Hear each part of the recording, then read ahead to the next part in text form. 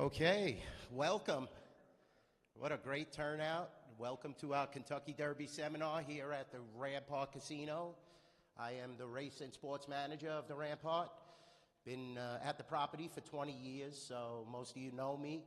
Hello to the new faces. Definitely come down and see us at the Rampart. We have the best rewards program for you horse racing fanatics. $40 wagered gets you one comp dollar. So always keep that in mind. And I want to welcome Mr. Bob Ike, the legend. How many of these now? I think this is our 7th year. Seventh year. Unbelievable. Year. And we did one in September, if you remember. That's right. The COVID Derby, the authentic one. So first Saturday in May, except 1 year, first Saturday in September. Yes, and so that was the only time it wasn't the first Saturday in May in 149 years. Always great to be here. Thank you, Dwayne, and the whole staff at the Rampart. IT guys, thank you for getting us going today. And thank you for all showing up. I think this is our best crowd.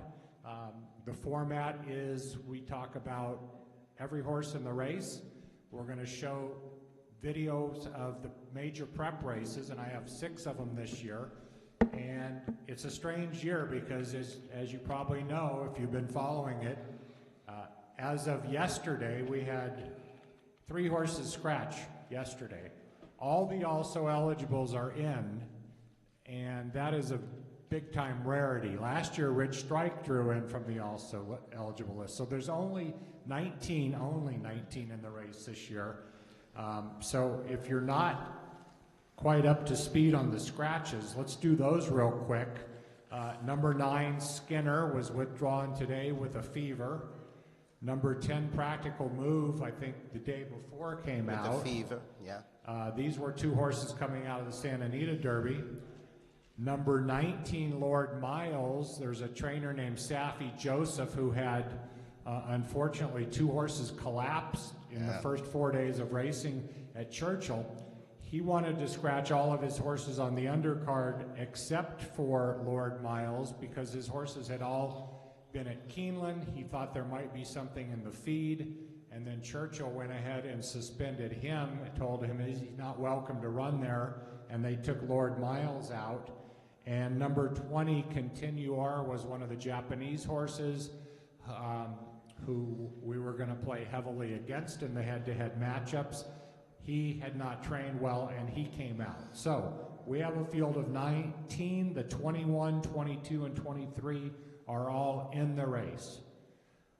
Yes. So that's where we stand. Very strange because for weeks the field had looked like it was going to hold it. The 20 that had the points to get in, no one was dropping out. And I always expect as you get closer to the race, a horse or two, gets hurt in training, gets sick. But as of 2 days ago, the field was holding, and now all of a sudden, a number of scratches. So 4 scratches out of the Kentucky Derby. Dwayne, let me go on to the next slide before we start talking about the prep races. Todd Pletcher, he's got 3 big chances in this year, including the morning line favorite. A trainer who is a Hall of Fame trainer. I think he's made more than any trainer in history. Yes, definitely. But doesn't mean you're going to win the Kentucky Derby, though. Well, if you look down at the bottom of that slide, you can see it doesn't mean that at all. He's got 2 wins. He's had 61 starters in 22 different derbies. This is a guy who will send out multiple horses as he is doing this year. I think 1 year he had 5 in the race. Yeah. So it hurts the percentage, obviously, when you're running against yourself that many horses. But 2 wins out of 22 derbies, 1 out of 11, not great in my mind. So you'd be betting against the prop, will Todd Pletcher win the Kentucky Derby? He's so strong this year with these 3. And I think he's only run 1 favorite in the Derby. In fairness, out of all those 61 starters, correct, only 1 of them was favored. So it is something to pay attention to. There are guys that I know are going to show up on the big days, trainers like Bob Baffert, Brad Cox, Steve Asmussen, Chad Brown. Yes. Their horses are always going to show up on the big day. Todd Pletcher's, to me, they don't always show up, especially if it's not New York and it's not Gulfstream Park. Todd's a different element, Bob. Todd definitely, you know, you're 100% correct that with the Kentucky Derby, it's such a unique race and you have so many entrants. It's so hard to duplicate what Bob Baffert has done in the past, and we know that Bob is not here, you know, suspended from Churchill Downs. Just like Safi Joseph, like Bob said earlier, Safi was asked to remove all horses from the complete grounds of Churchill and just leave. So, you know, this is a unique time in horse racing. Todd does have Forte, Tapit Trice, and Kings Barnes, who I believe Forte is the favorite. Tapit Trice is actually, I believe, the second choice. So Todd is pretty stacked this year, but that doesn't mean he's going to win. So Bob brings up a great point, and I'm glad he brought up that graphic. But we have to take into consideration, since they added the point system, Bob, I think about 10, 11 years ago, the worst that the favorite in the race has finished is fourth. And we had that big consecutive win streak for the favorites on the number one point, the accumulation of the number one point getter. And now, you know, you do have another favorite, and he has the most points, Forte, leading into the Derby. He is the 2-year-old champion. He's Yes. 2 for 2 this year. I think he's only had 1 defeat in his career, so he's a very, very solid horse, and you know, I expect him to show up, but it's hard to take maybe 3 to 1 in a big field of 19. As Dwayne said, we did have a number of years, I think it was 5, 6, 7 years in a row where the favorite won the race after so many years when it looked like, boy, the Derby is an impossible race for the favorite to win. Right. We're going to show all these Derby prep races from this year, but this is just kind of a history of how the prep races fare as far as producing Kentucky Derby winners. And this is since 2000. The Florida Derby has been the most productive prep race with 5 Kentucky Derby winners, followed by the Santa Anita Derby and the Arkansas Derby that have produced 4 winners. The Wood Memorial, I was surprised when I did this research, 3 winners, but you have to go back to 2003, 20 years, to get the last Wood Memorial winner. Turfway Park with that synthetic track has produced 2 Derby winners, and then I was also surprised that the Bluegrass and the Louisiana Derby were not more productive with just 1 win in the preps leading up to the Derby that produced Derby winners. Sportsman Park, that goes back to War Emblem. Sunland Park goes back to Mind That Bird.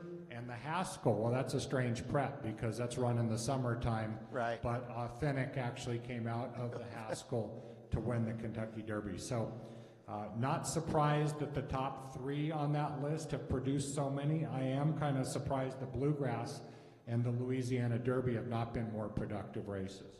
And the Bluegrass is right on top of the Kentucky Derby. You know, that's run at the Keeneland meet prior to the Churchill meet. So understandable that, you know, the Bluegrass usually is a stepping stone actually to the Preakness. The horse that sometimes wins the Bluegrass skips the Derby and goes to the Preakness because of the close proximity. I think Good Magic might even did that. So, you know, it's always the Florida Derby is one of the most prominent prep races. The California races as well because of the prior record of Mr. Baffert and so forth. You know, and we have a unique situation this year where the Santa Anita Derby horses are now scratched. Unfortunately, Skinner came out of the race and he has a fever, and you know, the favorite and the winner of the Santa Anita Derby as well has now been scratched. So it's going to be interesting to see how this plays out and which preps that we show you are the most important this year. So let's go ahead and get to the prep races, and we're going to try to go in post position order, and when we get to a prep race that has multiple horses in it, we'll tell you what number they are for tomorrow's race and kind of point out maybe what happened in the race. So the first prep we're going to show is the Wood Memorial, and unfortunately now only 1 horse comes out of there, and that is Hit Show, who's the number 1 horse on Saturday's program. So let me cue up the Wood Memorial. This is a horse who breaks from the number 13 post. He's on the far outside, and you'll see a battle to the wire with 3 horses, and he was right in the middle of that battle. He's a horse who's 3 for 5, and so let's go ahead and watch the Wood Memorial, and then we will talk about Hit Show. Okay, he breaks from the far outside. Here we go.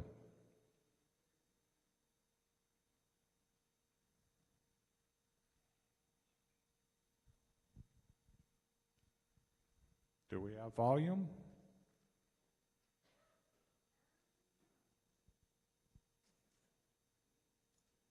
I'm going to hold this and play it back and see if we can get it with volume.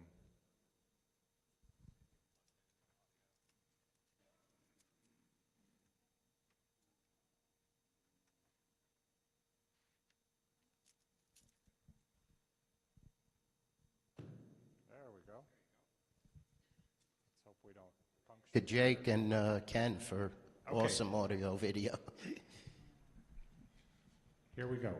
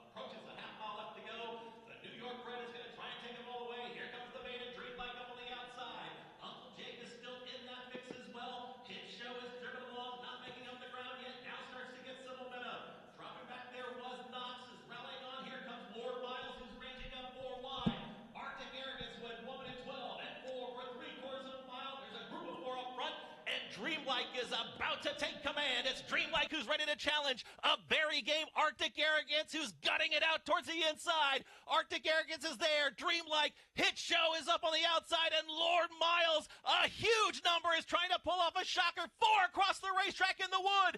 Hit Show is now put a nose in front. Dreamlike is still there. Lord Miles up on the outside. They're coming down to the finish. Hit Show, Lord Miles, Hit Show, Lord Miles, Lord Miles. Lord Miles out of... Exciting race, I think, but I don't think it was a real strong race. As I said, the Wood Memorial has just not been a very productive prep race. Hit Show is a horse who's 3 for 5. You have to respect his trainer, Brad Cox, who I should have mentioned earlier. He's got 4 horses in this year's Kentucky Derby, and he's really been the king of Kentucky over the last couple years. He's a horse who won the Withers. I just visually and maybe on numbers also, I didn't really like the race. He's been favored in every start of his career, but he's 30-1 on the morning line. Dwayne, you're a New Yorker. I know you love the Wood, but you have to admit it hasn't been a great race over the last 20 years. What are your thoughts on Hit Show? Yeah, it's been pretty horrible as a prep race. You know, that was an exciting race. The prior year was an exciting race. Caramouche came from last, I believe, and nailed a couple of horses. This Hit Show, what you have with him is Brad Cox is definitely a prominent trainer, if not the best trainer right now in the United States. You know, he always conditions his horses so well. He's a trainer that hits above 20%. Manuel Franco, who's riding the horse, was monstrous at Aqueduct and the start of Belmont. He had one of his best meets over the winter season. You know, but this prep race, he kind of hung there. Lord Miles was able to outfinish him on the outside. And you expect a little more from, you know, a horse like Hit Show, who was winning, who won the Withers, basically. Cox really touted him high. You saw 8-5 on the screen. It's going to be tough from the rail as well, even though the rail has actually had some of the most winners come from there in the 149-year history of the Kentucky Derby. I think this horse is going to have to really go from the get-go and try and maintain position, but there's a lot better options in here, and the Wood did come up a little slow. 151 isn't one of the most, times that would really attract you to say, oh, this horse is really phenomenal. Now, his Ragozin sheet numbers aren't bad. He's slightly on the improve, but I really don't think this horse could get a piece. It's going to be very difficult. That's why he's 30-1. The next prep race we're going to watch is the Bluegrass at Keeneland. 4 horses in tomorrow's race come out of the Bluegrass. Verifying, Tapit Trice, Sun Thunder, and Raise Cane. In this particular race, Verifying and Tapit Trice really separated themselves from the rest of the field. It ended up being a 2-horse race between those two. We can talk about Sun Thunder and Raise Cane, but really I didn't think they had big excuses in the race. But I thought the first 2 finishers ran very well. So Tapit Trice is the big gray horse in post position 1. Verifying is number 3. He's going to sit second most of the race. Tapit Trice is going to come from more mid-pack and make his move into the far turn. And then they're going to have a very big duel down the stretch. Sun Thunder is the 7. Raise Cane is the 10. But I think the 2 to really focus on here are numbers 1 and 3 in a very exciting Bluegrass. So I'll cue it up.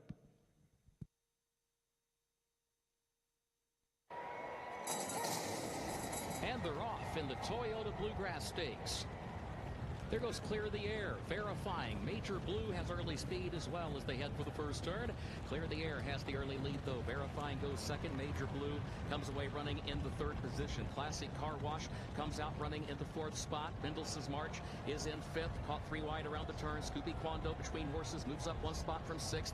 Tapit Trice down toward the inside. Midway on the turn is 7th. Blazing Sevens is in 8th. Sun Thunder is in 9th. Raise Cane is 10th, and a gap of 5 more lengths. Hayes Strike last of the 11. Onto the backstretch they go. Opening quarter, 23.32 seconds. Clear the Air leads at 3/4 of a length.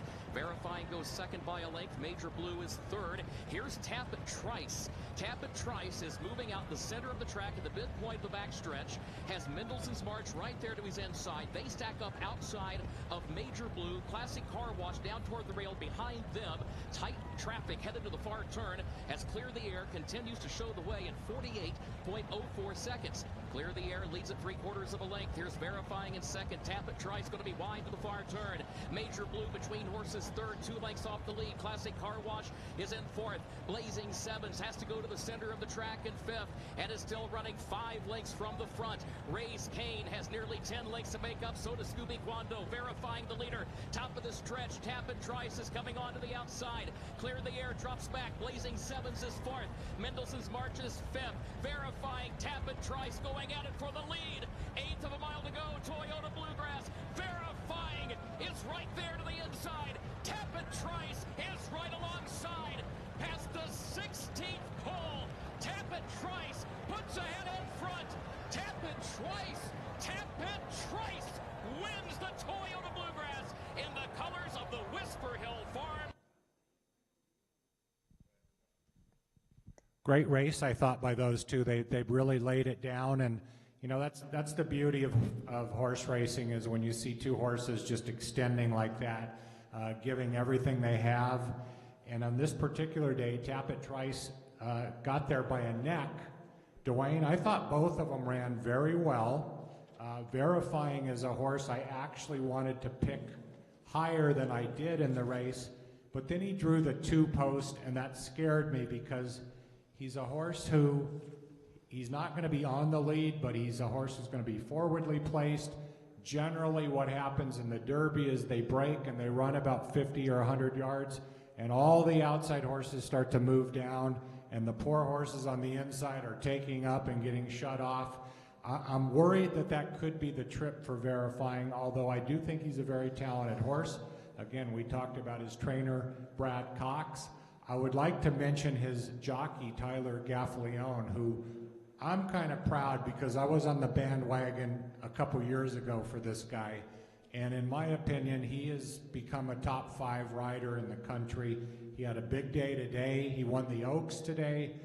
He's a great tactical rider. He finishes well, and he's still a little bit under the radar. So keep your eye on Tyler Gaffalione because he can ride with the best of them. So I think Verifying is a legitimate contender. I wish he had drawn farther to the outside, but I do respect the horse, and I think with the right trip, he'll show up tomorrow. He's a beast, Gaffalione. I believe they said today he's got 7 riding titles in the Midwest and, Gulfstream. He's just a phenomenal talent. Once again, we're talking about Brad Cox, and Tapit Trice was one of Todd Pletcher's horses. Now, let's talk about Tapit Trice. He broke really poorly if you watch that replay. He was buried on the rail for most of the race. Then he swings outside and navigates a beautiful trip. Luis Saez also is one of the top riders in the country and has just been unbelievable the last couple of weeks. He's really put a stamp and put his name out there, competing with the Gaffaliones, the Irad Ortizes, and, the Pratts and so forth. But Tapit Trice's his RAGs and numbers and his speed figures are improving. And this is probably, I would estimate Todd's second best horse behind Forte, because Forte is so accomplished. But definitely a great race. Verifying as well, dug in. And it was such an improvement from the Rebel. The Rebel was kind of a shaky race. Didn't have Gaffalione. Florent Giroux was the pilot that day. Gaffalione sticks with the horse, which is definitely encouraging. And like we said, this is Brad Cox versus Todd Pletcher. They have 7 entrants combined in this race, and there's only 19 horses this year. So that was a phenomenal prep. I think it was one of the better preps, and I think both horses could move forward. But I feel like Bob that, Verifying, negotiating that trip from the 2-hole is going to be very difficult. He might have to use a little more speed and get closer to the front, because a lot of people feel this could be a paceless race. The closes, it looked like Churchill today was favoring speed. You had to be real close. You couldn't really spin. The Oaks, the Todd Pletcher horse made a brilliant move on the outside, but still didn't get there. And Gaffalione outfinished Irad in that race as well. So keep an eye on both of these horses. They're definitely going to take some attraction at the betting window. Like I said, Tapit Trice, no distant limitations when you have that Tapit breeding, as well as he's going to be probably the second or third choice. Definitely no distance limitations for Tapit Trice. This is a horse who cost $1.3 million, so he was cut out to be a good horse and bred to be a good horse. He is 4 for 5 lifetime. I guess my only knock on him is he's a big, long striding horse. If he were to get stopped or get a lot of dirt in his face, it might discourage him from making that big run. He doesn't have a quick turn of foot, so I'm not sure how handy he would be if he were forced to be in trouble or take up. I don't know how well he would recover, but if he gets his clean trip and makes that move on the outside, he can definitely win the race. If he does not win tomorrow, look for him in the Belmont Stakes in 5 weeks. He will not be in the Preakness unless he wins tomorrow. He would be pointed for the Belmont, which is a typical Todd Pletcher pattern. If he doesn't win the Derby, he generally points those horses for the Belmont. He's had great success in that race. Dwayne, we should probably say something about the other 2 that come out of this prep race. So why don't you start with number 13, Sun Thunder. Yeah, he was another horse that was compromised at the start. Brian Hernandez, definitely an up-and-coming rider. 20%, you could see his stats in the racing form. He's very serviceable. The kid could ride. And Kenneth McPeak, we know McPeak. He's definitely one of the top conditioners in the United States. I think the horse, though, Florent Giroux rode the horse. He was way back, and you couldn't really make up ground on these 2 front runners. Now he makes a blinkers-on move. 50-1, I believe the morning line is. I'm going to take a pass on Sun Thunder. So am I. I'm going to take a pass. He's just a one-time winner, maiden win at Oakland Park. I think he's a nice horse. He just hasn't shown that progression as far as his numbers. He does put on blinkers for the first time, kind of unusual that they wouldn't have tried blinkers before the Kentucky Derby. The jockey's very good, and Brian Hernandez. McPeak has had success on that circuit, but you know, you never say never in the Derby, because we saw Rich Strike last year. So we saw Mind That Bird, whatever, 10 years ago. Right. So you can never say never, but this isn't one of my main contenders. And then number 16 is Raise Cane, who kind of was a mid-pack fifth in the Bluegrass. This is a horse comes from far out of it. I think he would need a real quick kind of pace to set up some sort of run. And like Dwayne said, I think it's an interesting pace scenario, because they're just, I don't know who the front runner is going to be tomorrow. There's not a committed horse that you know has ones in front on every running line who's going to go out there and make the lead. Now that said, sometimes they all look at the form, the jockeys, and all of a sudden 3 or 4 of them are gunning for the lead, and you have a fast pace. So I think the pace is very muddled tomorrow. Raise Cane is one who is going to need some help to set up a late run. So again, he's 50 to 1. I don't see him as a horse winning the race, but you know, if you're a superfecta player or whatever and you want to get a huge price in there, he could definitely pass some horses tomorrow. Yeah, definitely, but I think he needs a pace, like you said. He won the Gotham. You know, that was a nice race under Lescano. Maybe if the track comes up wet, the horse will definitely have a better chance, but, you know, I have to take a pass unless, you know, you're betting on names and you like chicken fingers, Raising Canes, you know. I don't think the horse could really win the race, but like Bob said, you know, you get back to Rich Strike, you get back to Mind That Bird. Anything is possible in the Kentucky Derby, especially this year with the 19 entrants and all the scratches. Well, let's stay in post-position order, Dwayne, and we do not have a film for number 3, 2 fills. He won what's called the Jeff Ruby Stakes. Yes. And that's a steakhouse in Kentucky. So rather than the traditional S-T-A-K-E for steak, it's S-T-E-A-K, as in Jeff Ruby Steakhouse. So this horse was very impressive in this race. I don't know where the race came from. I have a feeling it was because Turfway Park is a synthetic track. It is not traditional dirt. It's made up of the synthetic material, and if you're a numbers guy and you look at the buyers, he went from 88, 86 to 101, career best. I'm sure on the sheets that you look at, Dwayne, career top. Yes. A guy I respect greatly, Dick Girardi, former turf rider, he really likes 2 fills in this race.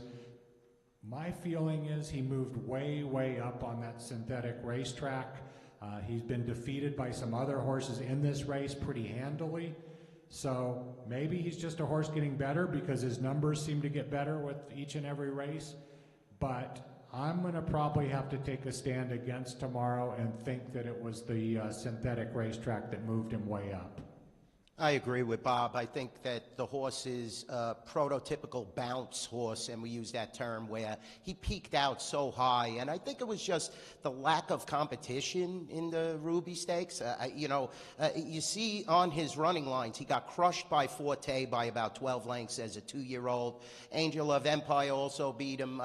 So you're going to see the top horses have beat this horse, and I just think he had enough experience to win that race. The synthetic, I mean, we saw Animal Kingdom come out. He won the Kentucky Derby. I think that was a little different animal than 2 fills. I think 2 fills does have a chance here, though, because if you look at the running lines, he has faced the competition that is perceived as the favorite going into this race in Forte and Angel of Empire. So, you know, he's got some good works. I've been hearing good buzz about him. He's kind of a now horse, and the works have been very impressive. Take into consideration, though, Loveberry is a, novice rider when it comes to the Churchill Downs surface in the big limelight, like the Kentucky Derby. So, not that he's a bad rider, 17%, but we did see Sonny Leon win, but this is similar to Sonny Leon, possibly winning again. An inexperienced rider. Larry Rivelli is great on the Chicago circuit. A lot of people know him. He's a phenomenal trainer and conditioner. This horse definitely has a chance just because of the competition level, but I'm scared that he could bounce because, like Bob said, it's a peak race, the last race, nowhere near anything he had run prior. Let's mention number 4, Confidence Game. We don't have a prep race on this one because he ran February 25th. This is an extremely unusual pattern.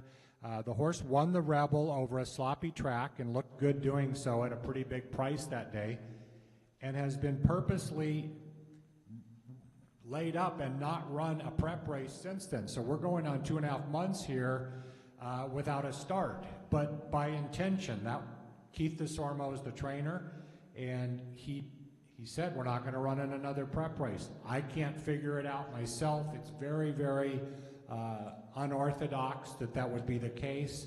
He's kind of a buzz horse this week. I know a lot of wise guys like this horse. He worked well over the track.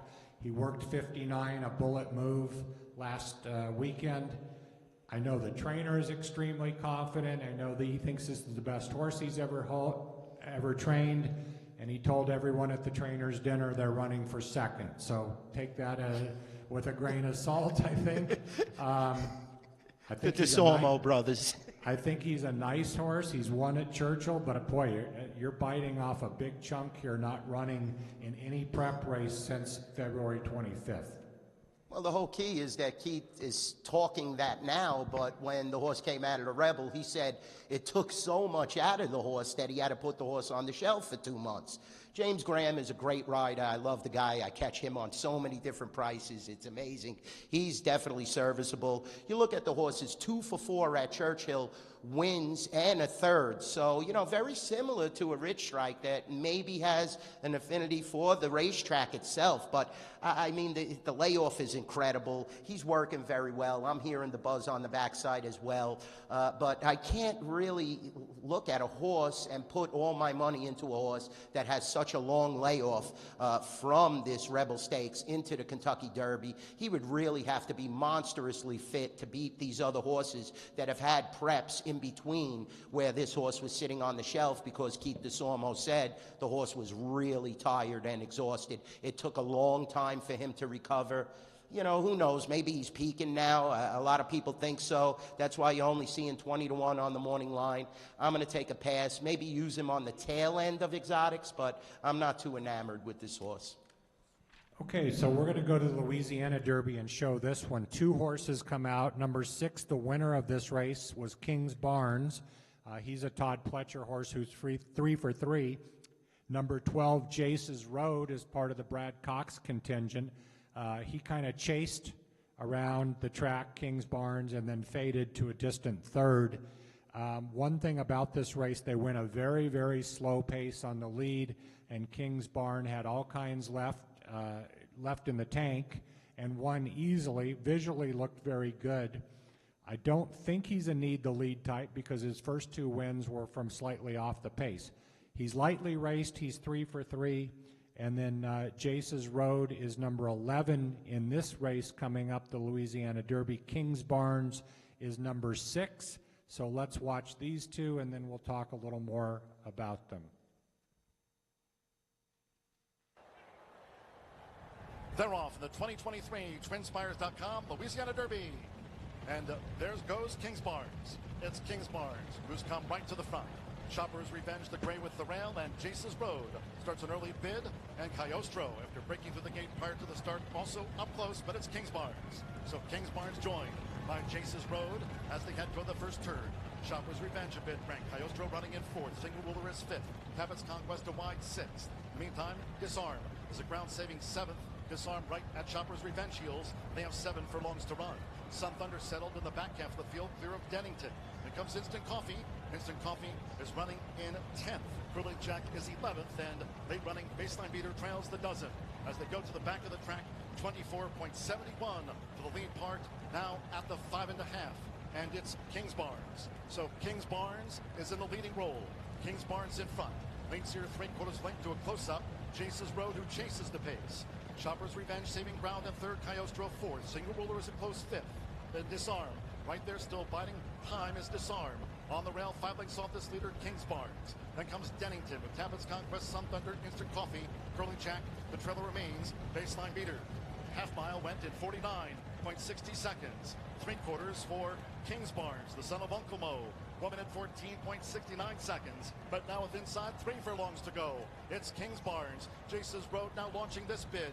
Cagliostro is a close third, with Dennington in fourth. Shopper's Revenge, single ruler, and looking to gain on the far outside as they straighten away as Instant Coffee has the black cap. In the meantime, it's still Kingsbarns. Kingsbarns, 1 furlong to go, and Kingsbarns looking to finish them off in the Louisiana Derby. And Kingsbarns has opened up 5 lengths now on Disarm, who's gained second from Chase's Road. Shopper's Revenge. Instant Coffee is next, but it's Kingsbarns and Flavian Pratt. Kingsbarns undefeated, 3 for 3. Kingsbarns won by 4 from Disarm. So like I said, I thought very visually impressive, but the horse got to go very soft on the lead, and that makes horses look a lot better. Sometimes when a front runner gets a soft trip, they're able to obviously have a lot left in the tank. But he's won twice from off the pace. I like that he has tactical speed. We've talked about maybe a lack of pace in the race.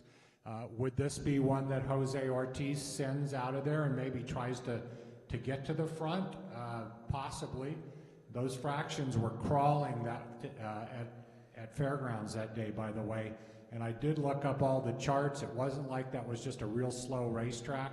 The times were normal that day. This horse got to walk on the lead. Jace's Road, the 12 horse, this is a horse I'm against.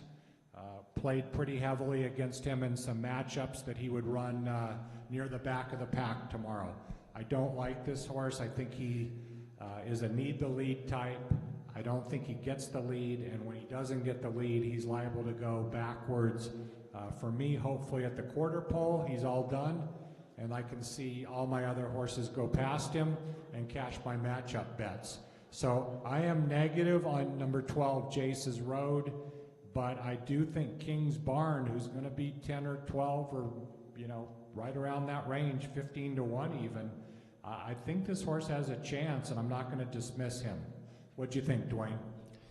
Yeah, Kingsbarns is definitely a nice horse, but like you said, very slow. Nothing that could really make you think he's going to have the lead just because you look at the mile time. I mean, it's just so slow, 139 flat, 114 and change for the 6 furlongs. But what you have here again is a Pletcher horse beating Cox horse, like we said. Jace's Road is Brad Cox. He finished behind, Kingsbarns. And Jose Ortiz now takes control. Keep in mind, Flavian Pratt goes in a different direction. Pratt had his choice of entrance. He is not staying on Kingsbarns. This is a horse that has not run as a 2-year-old, 3 starts as a 3-year-old, which back in the day, that used to be a major factor, but not anymore. I mean, we've seen horses overcome that where they haven't run as 2-year-olds, but then they become monstrous 3-year-olds. Kingsbarns is going to take a lot of action. I think he's going to have to step it up. But if you look at his speed figures, he is improving each and every race. Also, I like that he had the 1 3/16 distance, which is very important. It proves that the horse could easily get the distance and was kicking clear. And he's going to take a lot of action. You look at his workouts there, I really like that 48 where, 33rd out of 130 plus horses that trained that day. That's definitely a sign of fitness. Todd Pletcher has a stacked deck this year. He definitely has a chance to win this Kentucky Derby, and this is one of the horses. Getting back to Jace's Road, like Bob said, has to have the lead to win. The only time he didn't really have the lead was a 6 furlong Ellis Park maiden race. Then you look, he tries to get the lead in most of his other races. Kingsbarns crushed him, so I can't see a reversal of a 5-length deficit. I think that definitely Kingsbarns is the better of the two, and I could use him in some of my exotics as well, Bob. The next race is the Arkansas Derby at Oaklawn, and 4 horses are in this race that run tomorrow. Reincarnate, Angel of Empire, Rocket Can, and number 23, King Russell, the last horse to get in from the also eligible list. The winner of the Arkansas Derby was Angel of Empire. He is in the 6th post position here in this race at Oaklawn. He's a horse that comes from a decent amount far off the pace, makes a very good run on the far turn. I think you're going to like what you see because I know Dwayne and I liked what we saw out of this race. You get a jockey in Flavian Pratt, who I've been on his bandwagon since he came to California from France. Here's a little stat for you. Flavian Pratt has ridden in 5 Kentucky Derbies. He's got a win, a second, and 2/3. Now, the win did come via disqualification, and so did the second, actually, came via disqualification. But he always has his horse in the right spot. He's a great, phenomenal position rider, and I think he'll be able to work out a trip with Angel of Empire because he will need to weave through some traffic. He's gonna be mid-pack at least, maybe farther back. Hopefully, we'll get some sort of pace to run at. Reincarnate was in this race. He is one of the Bob Baffert horses that is now trained by Tim Yaktine for the Derby. He's number 8 in this Oaklawn race. Rocket Can is number 7 in this race at Oaklawn, and King Russell is number 9. So they're all sort of grouped together. You're going to like the move in here that you're going to see from Angel of Empire, and then we'll talk about these horses right after this. They're in the gate, and they're off. A perfect start to the 87th Arkansas Derby.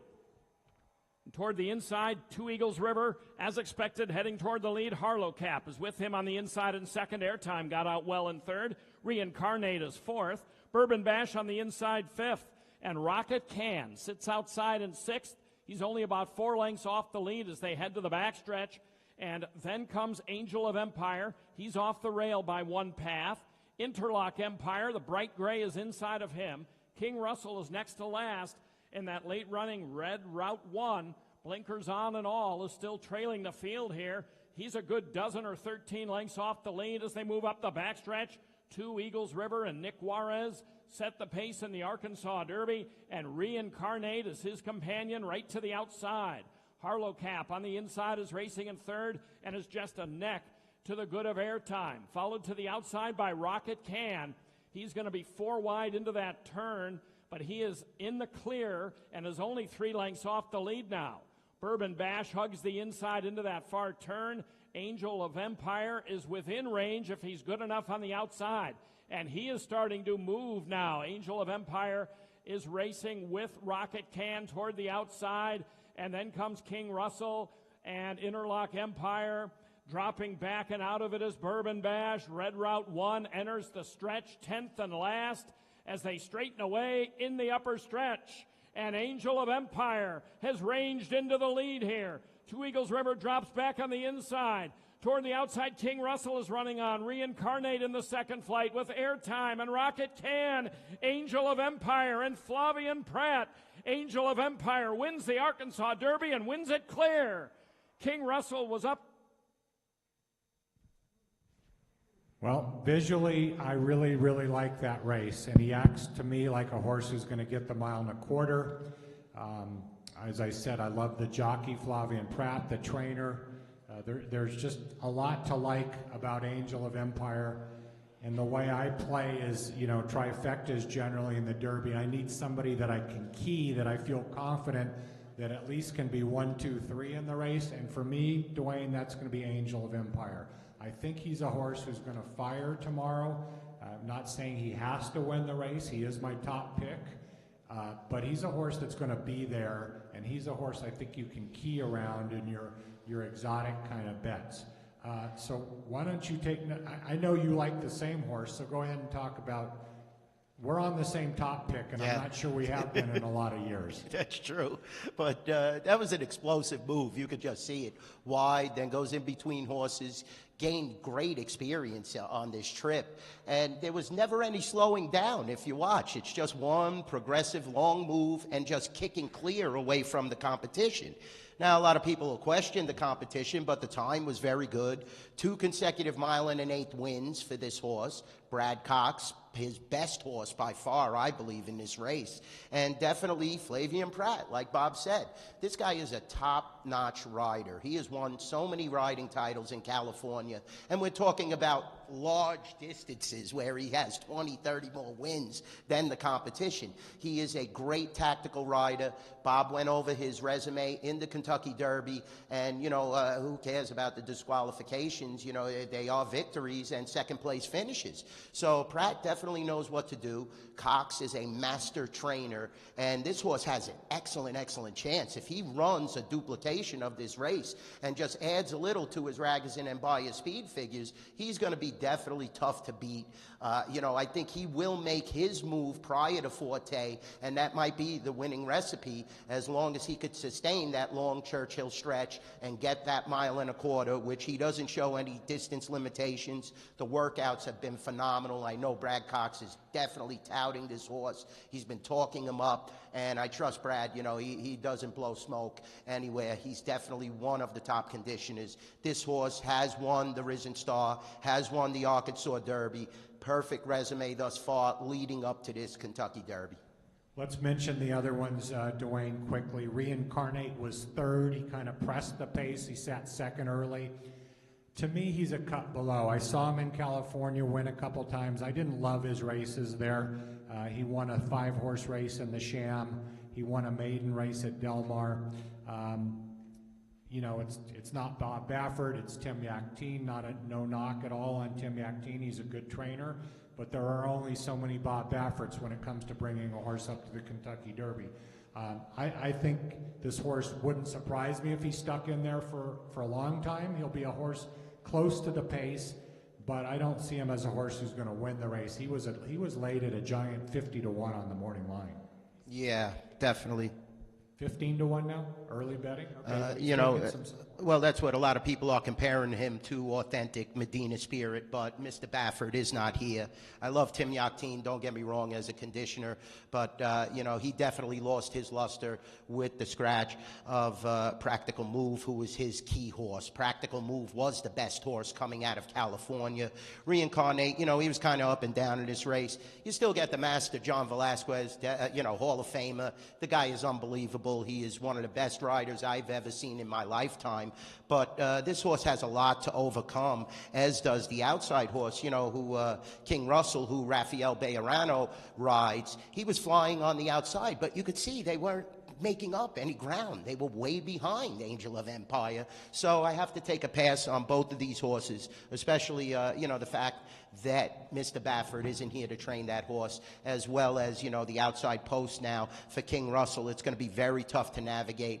Ron Moquette is a great trainer. Don't get me wrong. He's a fairgrounds trainer. I believe he's actually leaving the game now, and this is one of his, if not his last chance. He is going to stop training and become a jockey agent, I've heard, you know, through the grapevine. So this is his last chance. If you like a deep, deep, deep closer, he might be the horse making the last move, but it may be way too late. And number 18, Rocket Can, also, he was fourth in the race as the 5-2 favorite. Puts on the blinkers. He's got some races that are respectable. I just think he's a little slow on numbers. He was beaten by Forte easily in the Fountain of Youth. He was beaten by Confidence Game. He was beaten by Angel of Empire. It's hard for me to see him turning the tables on those. So those horses coming out of the Arkansas Derby, Dwayne and I agree very much that Angel of Empire is definitely the one out of there. Let's look at the Florida Derby. The winner was Forte. He is number 15 tomorrow in the program. He'll be the favorite in the race. Mage is also in this race. He ran a very strong race, as did Cyclone Mischief. Now, when you're watching this race, to me, I'm thinking Forte at the head of the lane is doing no better than finishing third. He seemed to be spinning his wheels. You had Cyclone Mischief out there. You had Mage, who ran right by Forte on the far turn after braking very slowly, by the way. Watch the break, and you'll see Mage come out slow. Forte is kind of spinning his wheels, but he showed his class, and he kicked it in the last 100 yards, and he went by those horses. So let's go ahead. I'll get you the number here in 1 second. Forte is the 11. Mage is number 4. He breaks very slowly. Cyclone Mischief is number 9. So those 3 horses all come out of the Florida Derby, and here it is.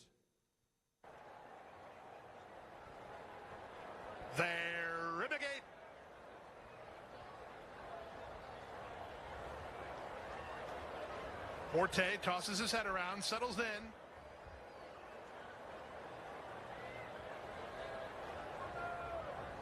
And they're off in the Curlin, Florida Derby.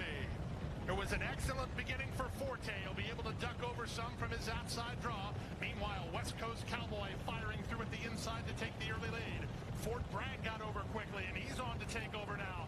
Fort Bragg from the 10 post to the rail and on top a length and a half. Mr. Peaks is now second with West Coast Cowboy in third. Young Frau between horses. Mr. Ripple is next.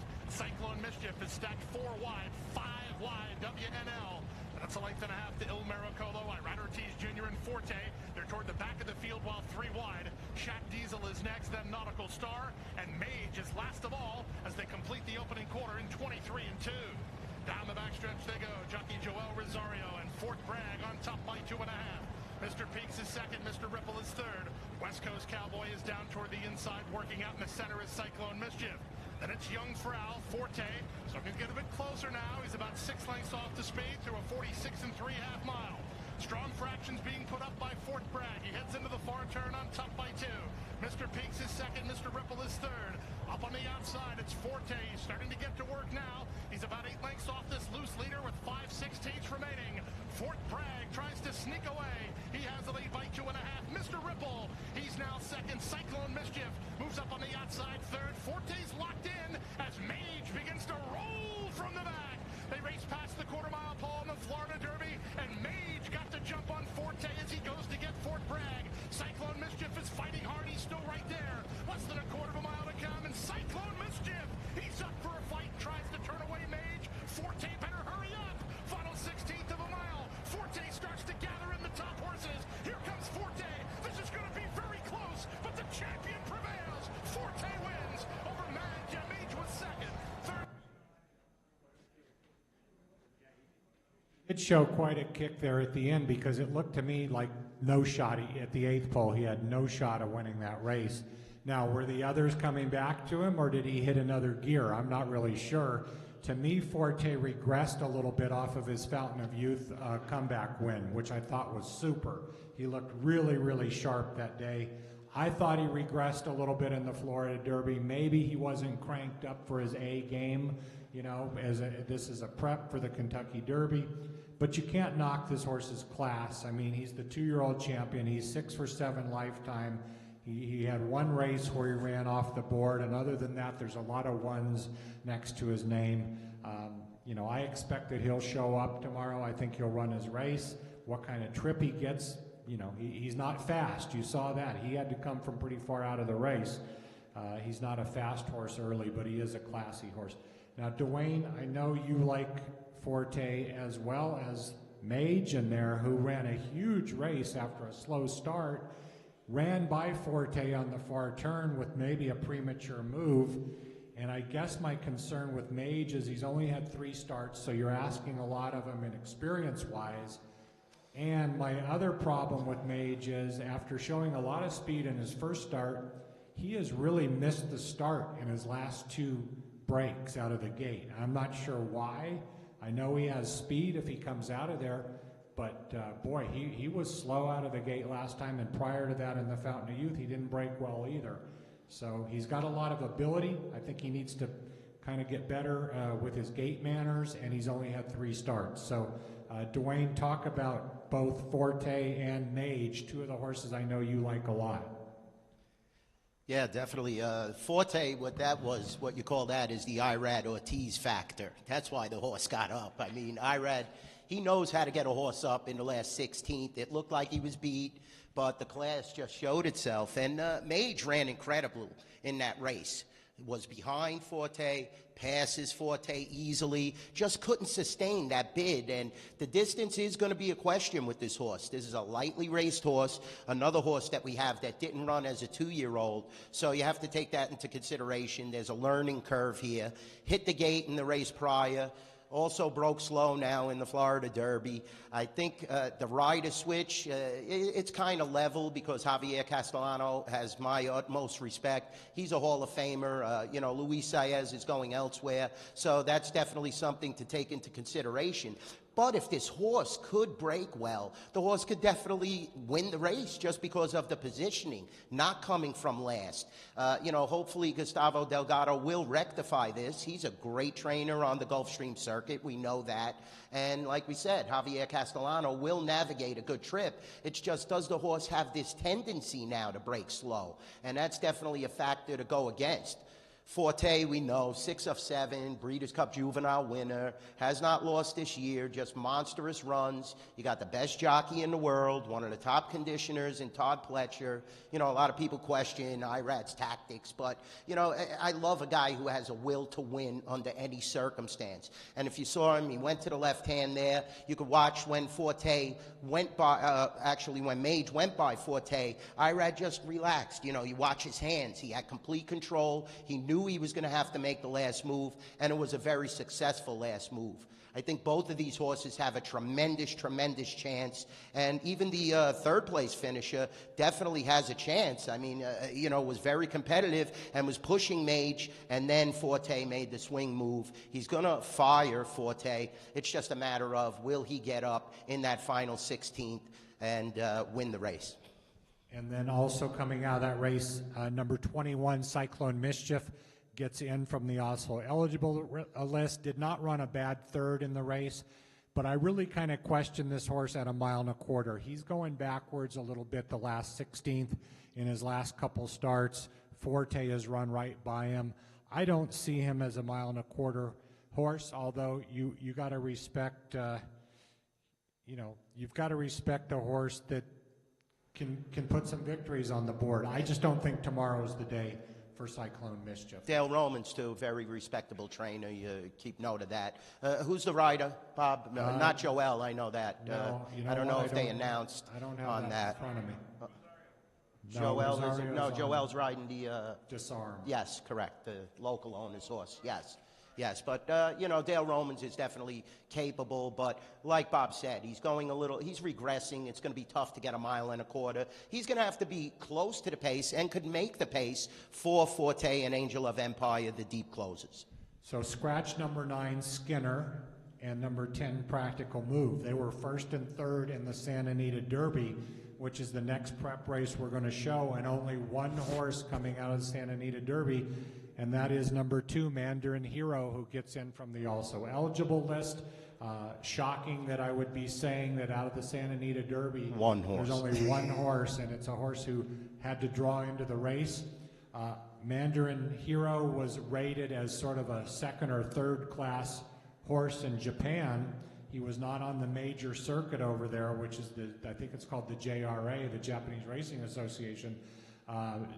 Did not breathe in the same stratosphere as Derma Sotogake, but in the Santa Anita Derby, you're going to see he's number 8 in here. He's part of a 3-way photo, and he certainly looks like he belongs with these kind of horses. Now, maybe the Santa Anita Derby just wasn't a very good race, which was my initial impression when I watched it live. I just said in fact, Alan was at the races with me, and I said, the Kentucky Derby winner did not just run in that Santa Anita Derby. So two of them are out already, so there's only one more hope for the Santa Anita Derby, number 8 in this race, Mandarin Hero. So let's watch it. And he got a very good ride, by the way. He got a very good trip, and it was an exciting race. I'm just not sure how strong the race was. Here it is. And they're off in the run-happy Santa Anita Derby. 1 in Vermilion sprints out of the gate, and Low Expectations comes away in second. 2 huge long shots setting the tempo early on.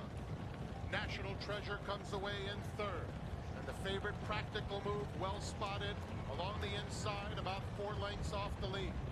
It's another 2 back to Mandarin Hero, racing on the outside of Dazzle Me Silver. Skinner is 3 wide outside of that pair, and I don't get it at the back of the field. They passed the 6-furlong pole, and it's 1 in Vermilion by 1.5 lengths. Low Expectations second by the same margin. National Treasure puts his head into third. Practical Move matches strides with him along the rail, and now takes that 3rd spot heading to the half-mile pole. Mandarin Hero is just 3.5 lengths off the speed. Dazzle Me Silver inches up inside of Skinner, and I don't get it at the back of a compact field. Less than a half mile to go in the run-happy Santa Anita Derby. And One in Vermilion has been there throughout. Practical Move has room at the rail, moving closer effortlessly. And here's Practical Move within a head of the front runner. On the outside, there goes Skinner. And Skinner's making a bold early move with a quarter of a mile to go. National Treasure is just behind him. And now it's Practical Move squaring off with Skinner on the outside. Mandarin Hero running a valiant race. He's moving right into contention, splitting rivals with an eighth of a mile to go. Practical Move the length. Mandarin Hero grinding away at him. And Skinner on the outside. Practical Move. Here's Mandarin Hero surging. Practical Move, Mandarin Hero. Practical Move has won the Run Happy Santa Anita Derby by a nose over Mandarin. As you can see, it was an exciting race. I'm just not sure how strong that race was. 3 of them hit the wire together. It was a lot of fun to watch, but all reports are that, you know, this horse wasn't close to being one of the top Japanese horses. By the way, I will applaud how the Japanese horses have done throughout the world, starting with the Breeders' Cup last year, winning a couple races, winning the biggest race in Saudi Arabia, the biggest race in Dubai. I mean, these horses have been trained on a breeding program now for about 40 years, and it has really come to fruition. They are top-class, world-class horses. I just think there's a better Japanese horse in the race than Mandarin Hero. I will say the jockey Kazushi Kimura, saw a lot of him at Santa Anita this winter, came down from Woodbine, and he really impressed me as a very good tactical rider, and I don't think he'll be intimidated tomorrow in the big field. The guy can definitely ride. I just don't know if this horse is good enough. Yeah, definitely, Bob, a solid rider. He won multiple riding titles at Woodbine. Definitely proved some merit moving his tack to Southern Cal. Now, with this horse, I don't think he was ever getting by Practical Move. If you look at Ramon Vasquez's hands, he didn't go to work on Practical Move until the last few jumps, and you could see on even the gallop out, the horse wasn't going to get by. I'm kind of disappointed that the Santa Anita Derby winner is not in this race. You know, I thought that it was a good stepping stone and a good prep, because you could see Vasquez wasn't really overexerting the horse. They were looking at a prep race, and they got it out of this horse. You know, definitely, like we said, not one of the top Japanese horses because he wasn't running on the A circuit. I think there are better Japanese horses in the race. Like Bob said, they are very prominent now, the Japanese runners throughout the world, winning major races. And we saw that on the center stage at the Breeders' Cup, Saudi Cup, you know, in the United Arab Emirates. They're just unbelievable right now. And the breeding, like Bob said, they have a great regiment, training regiment, and they're definitely going to the forefront now. So you have to consider these horses, but I just don't believe that this horse was one of the top runners. I don't think he was going to beat the winner, even if it was an extra quarter mile. So I'm going to take a hard pass on this horse. Okay, let's talk about number 11, Disarm. We don't have the race on tape. That was the Lexington. That's the last prep race you can get points to get into the Kentucky Derby, and that's what happened with Disarm. He needed to be at least third to get enough points. Actually, he would have got in because we had all these scratches, as it turned out. At the time, I think that made him the 20th horse on the points list. He ran a third. I thought a non-threatening third. I thought he was a non-threatening second behind Kingsbarns in the Louisiana Derby. You have to respect the connections in Steve Asmussen and Joel Rosario, but this horse only has a maiden win to his credit. I think he's a cut below, and he won't be on my tickets tomorrow. Yeah, I agree. Definitely the horse, you know, is stepping up to another level now. Kingsbarns crushed him. You do have good connections. Steve Asmussen, I respect, have the utmost respect. And if you're looking for a local ownership, it's a feel-good story. The owner is actually from the Las Vegas area. So, you know, definitely that's, you know, it's always a feel-good story if somebody from Las Vegas can win the Kentucky Derby, the Run for the Roses. Joel Rosario, monster rider. We know that. Big money rider, and definitely good connections, but I think the horse is definitely a notch below the top competition in this 149th Kentucky Derby. Well, we've talked about every horse but one, and remember 19 and 20 are scratched, Lord Miles and Continuar. Dwayne, the only horse we haven't talked about is number 17, Derma Sotagate, who won the UAE Derby. Generally, I stopped showing this as one of the prep races because it had been so unproductive. We've had 18 horses come out of the UAE Derby, and not one of them has hit the board in the Kentucky Derby. I have a feeling this horse is going to show up tomorrow. Derma Sotagate, he dominated this race and he showed good speed doing so. We've talked about how good the Japanese horses are. He's a much better horse than Mandarin Hero.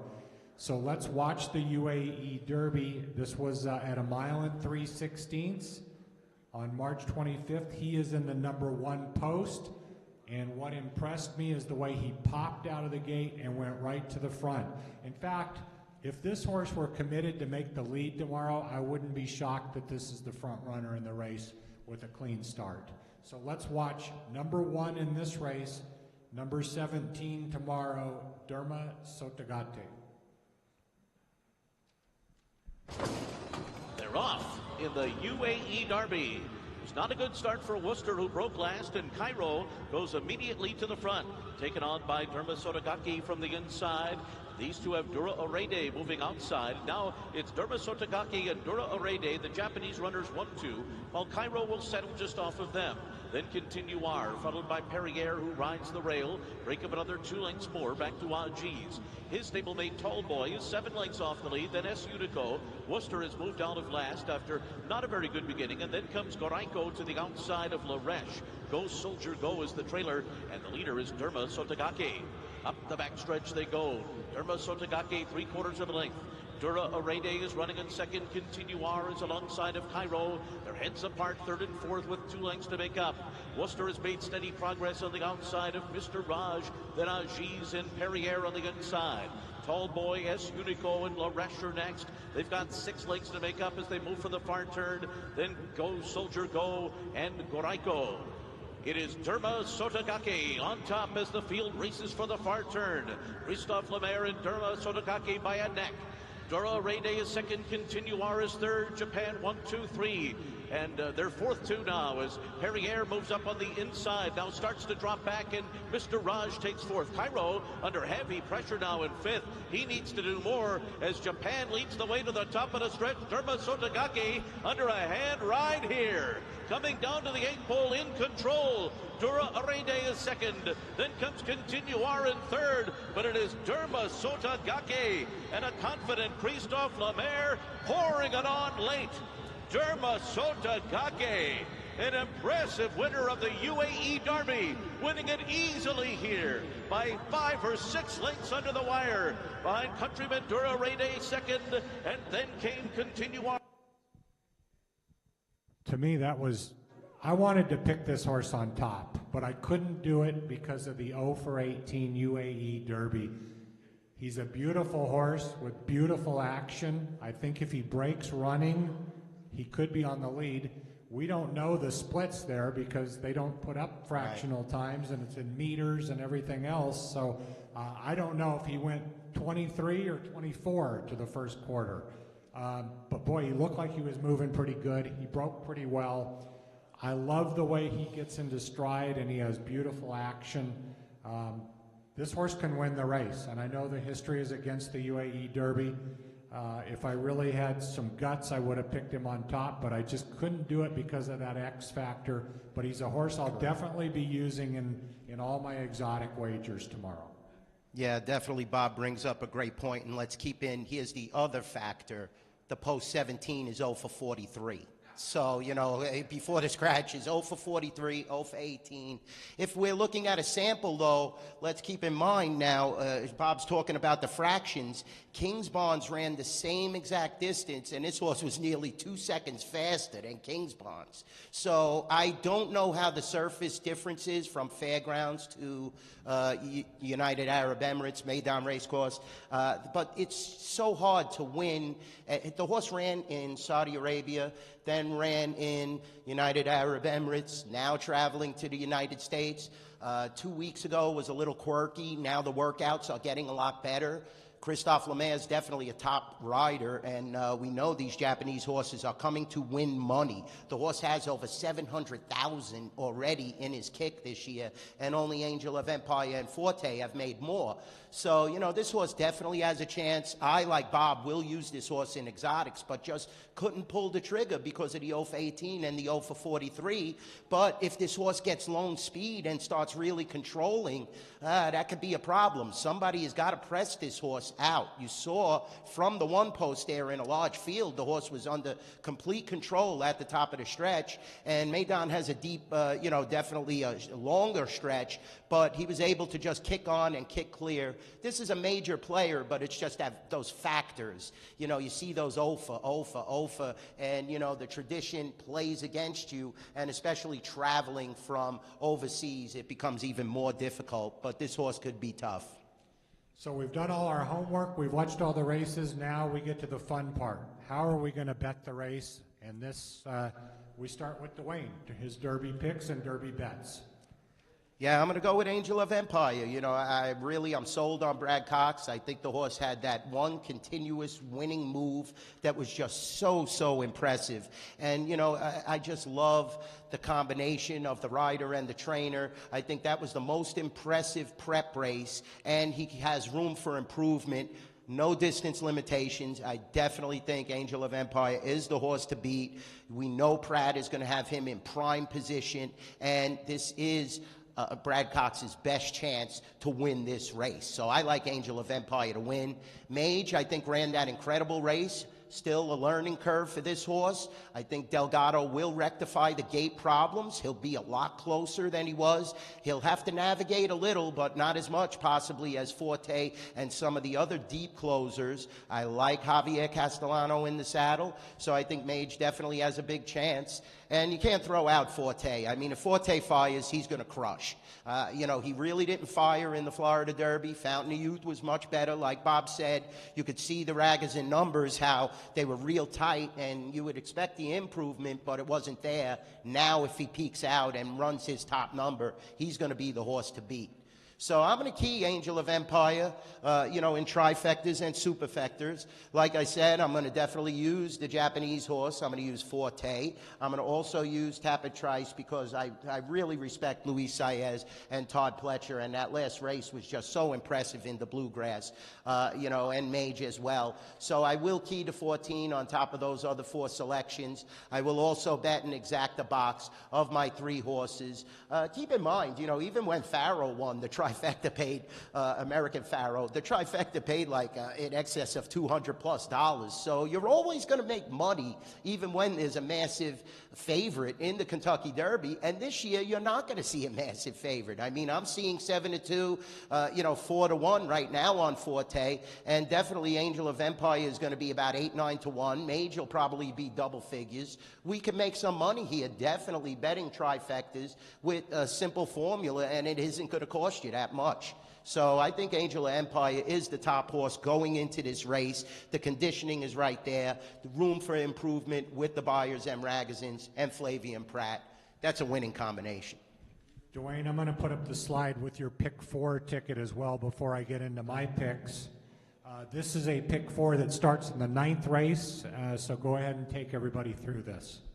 Yeah, definitely. You want to get involved in these other races. This is such a fabulous card, similar to the Breeders' Cup and other great cards that, we have here in the United States. And Kentucky Derby Day always brings out the superstars. In the American Turf, I'm going with Major Dude. He was on the Derby Trail. He ran second in that Jeff Ruby as the favorite. You get Irad over there. Farbridge I'll also use with Joel Rosario. Then I'll use Talk of the Nation, and the 11 horse called Spackler. So that's in the first leg. Second leg, I'm going to go pretty chalky. Cody's Wish. We all know Cody's Wish. Great feel-good story for little Cody, in the wheelchair, winner of the Breeders' Cup. Just a beautiful, beautiful racehorse, and we'll get the 7 furlongs. I'll throw in endorsed with Tyler Gaffalione. The horse has really been running very well, and I respect those connections as well. I had a few scratches, to be honest with you, where I had to make a few adjustments on the next leg. But I will go with Wolfie's Dynaghost, the speed horse. Has won the last couple of races on the synthetic. That's the 3-horse. I will also add in the 9 and 10, Joel Rosario, Spooky Channel, an English Channel horse, and Bye Bye Melvin with Manuel Franco, who I told you Manny is riding just lights out right now. And this horse from the outside post does have a chance. And I will use the 5 top contenders that I feel in the Kentucky Derby, which, is Tapit Trice, Mage, Angel of Empire, Forte, as well as Doka Sotagake. So I'm going to pull up my Derby picks and betting strategy. I'm going to put out a pick 5 ticket tomorrow on my sheet, which will be available in the race book. I didn't have time to put it together tonight, but I will put $140, $150 together in a late pick 5 that will end with the Kentucky Derby. And I'm going to give one other horse to take a look at on tomorrow's card, but after we do the Derby. So I am also, like Dwayne, picking Angel of Empire. I'm putting Forte second, Derma Sotagate third, Tapit Trice in fourth.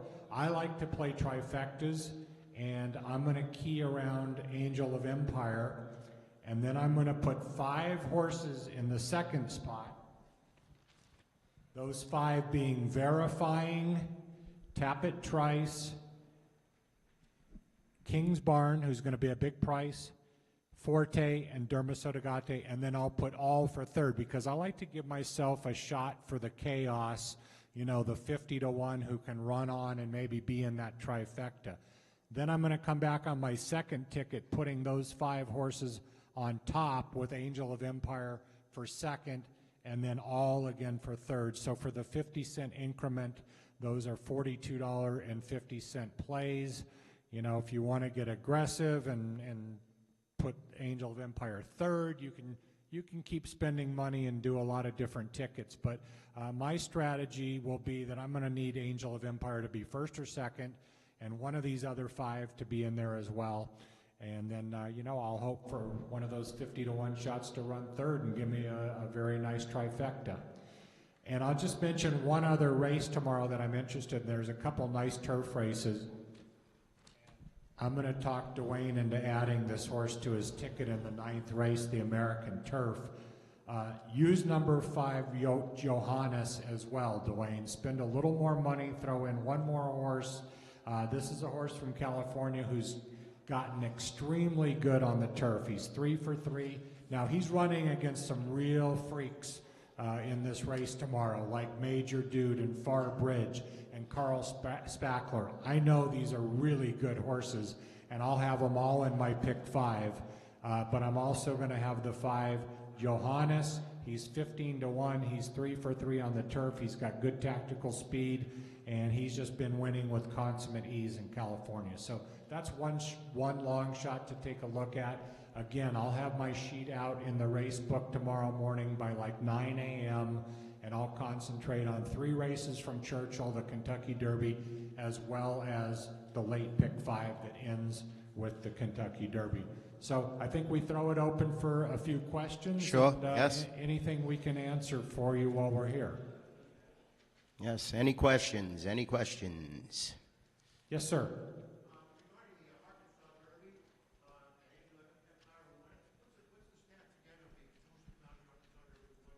I think he produced 4 Derby winners since 2000, so it's been a very productive race. I don't think the competition in this year's Arkansas Derby was all that great, but I just visually loved the way he ran by those horses, and I think he still has a lot in the tank. But it has been a productive prep race over the years.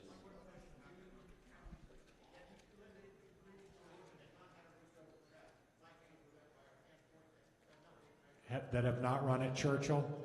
I mean, it's a bonus if they've run at Churchill, but I'm not going to hold it against them. The pattern now for these 3-year-olds is very lightly raced. They come into the Derby with 3, 4, 5, 6 starts, where in the old days they used to have run 10 or 15 times before they even get to the Derby. So I won't hold it against a horse that hasn't run at Churchill, but I would say it's a bonus if they had. Yes?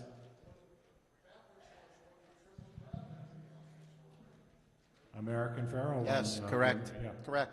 Yeah. Yeah, it's been a good You know, race. you usually don't have a prep at Churchill unless the Breeders' Cup is there the year before and the 2-year-old runs there, you know. So it's a factor, but a lot of these horses don't come from Churchill Downs that win. Rich Strike, you know, that was a miracle to begin with. So we saw how Rich Strike ran today as well. Yeah, he loves Churchill when he loves Churchill. And then there was today where he was up the track trailing. So, you know, it's a factor. I always like when a horse runs over the course, but it isn't always, you know, the major factor in the Kentucky Derby. Oh, behind you, Alan. Yes.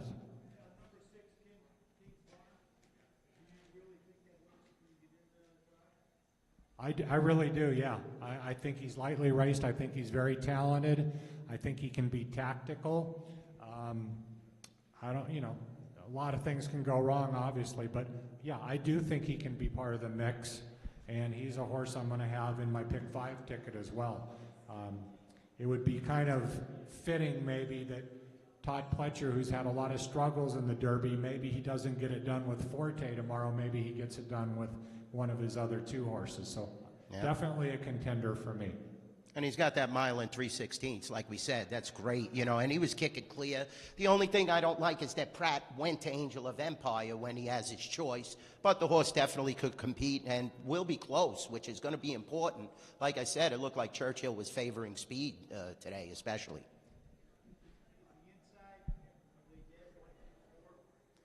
The inside looked really tough today. I mean, Chad Brown had that monster in the La Troyenne, and you saw she was running as fast as the other 2 horses, but it seemed like the outside had more momentum, and the rail is what defeated that horse. And, you know, it's going to be interesting to see how it plays out, because usually the rail is a little slower.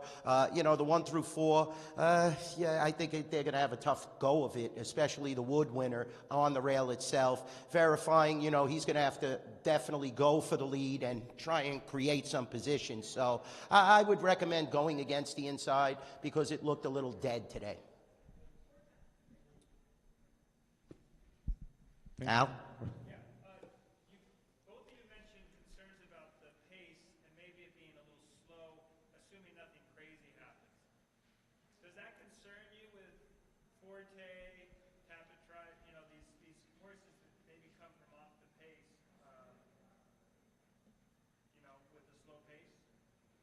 I think, like Bob said, somebody might go crazy and like want to take the initiative here.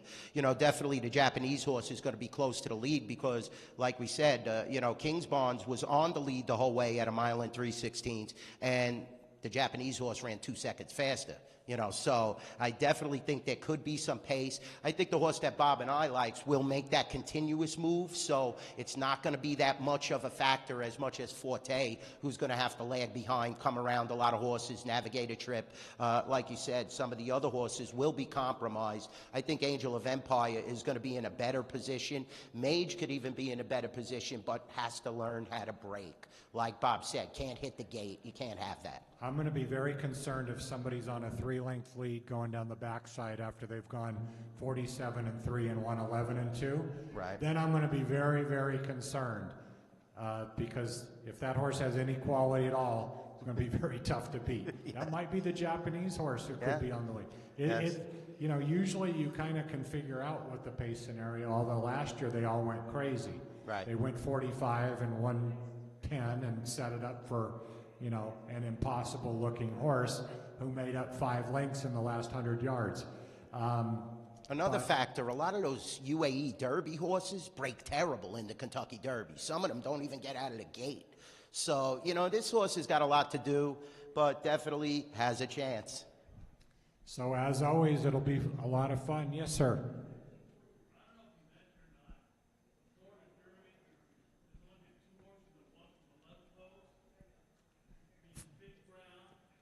Yeah, Forte definitely had a, you know, you've got that short run to the first turn at Gulfstream Park, going 1 mile and 1/8. So that, you know, I do give him bonus points for that, although I don't think he lost all that much ground on the first turn.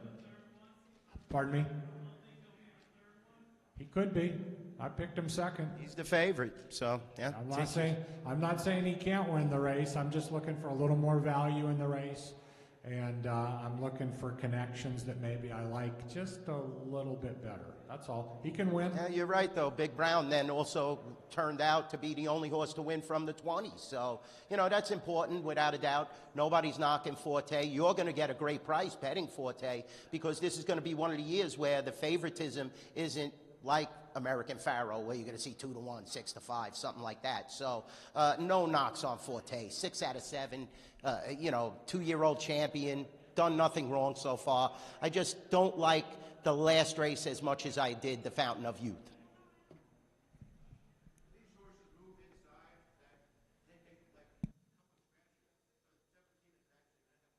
Yeah, they'll move. They'll definitely move in. And there's a new starting gate that I think they started using last year. Yes, there's no the auxiliary. old gate was, and they had to have an auxiliary gate. And if you were in the one post, you basically were running straight into the rail. Now they have this nice 20-horse gate that the one horse is at least a couple paths off. It's much better now. But still, 17 horses, you're going to have congestion somewhere along the way. Don brings up, though, 19 horses. It's a good point, because he'll move to the 16 because there's 19 entrants. He would have stayed in the 17, but there's one extra scratch. So, yeah. So, you know, it's all a matter of positioning. Well, 0 for 18 in the UAE Derby still, too. So, you know, it's a lot of trends that he's bucking. Also would be the first Japanese bred to win, you know, the Kentucky Derby as well.